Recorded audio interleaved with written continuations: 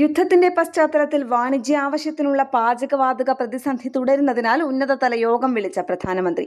ബംഗളൂരു, മുംബൈ, ചെന്നൈ, ഡൽഹി, ഹൈദരാബാദ്, തിരുവനന്തപുരം നഗരങ്ങളിലെ നിരവധി ഹോട്ടലുകൾ പ്രവർത്തനം നിർത്തിവെക്കുമെന്ന് പ്രഖ്യാപിച്ചിരിക്കുകയാണ്. ഇറാൻ-ഇസ്രായേൽ യുദ്ധത്തെ തുടർന്ന് ഹോർമൂസ് കടലിടുക്ക് അടച്ചതിനാലാണ് പ്രതിസന്ധി. പാചകവാതക പ്രതിസന്ധിയെ തുടർന്ന് കൊച്ചിയിലും ഹോട്ടലുകൾ അടയ്ക്കുന്നു. വാണിജ്യ സിലിണ്ടർ ക്ഷാമം രൂക്ഷമാകുന്ന സാഹചര്യത്തിലാണ് മിക്ക ഹോട്ടലുകളും പ്രവർത്തനം നിർത്തിവെക്കാൻ ഒരുങ്ങുന്നത്.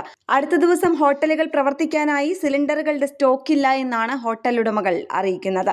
പശ്ചിമേഷ്യൻ സംഘർഷം തുടരുന്ന സാഹചര്യത്തിൽ രാജ്യത്ത് പാചകവാതക പ്രതിസന്ധി രൂക്ഷമാകുമ്പോൾ ഇന്ധനവില ചർച്ച ചെയ്യുന്നതിനായി യോഗം ചേർന്ന ശേഷം തടസ്സങ്ങൾ പരിഹരിക്കാൻ പ്രധാനമന്ത്രി നിർദ്ദേശം നൽകിയിട്ടുണ്ട്.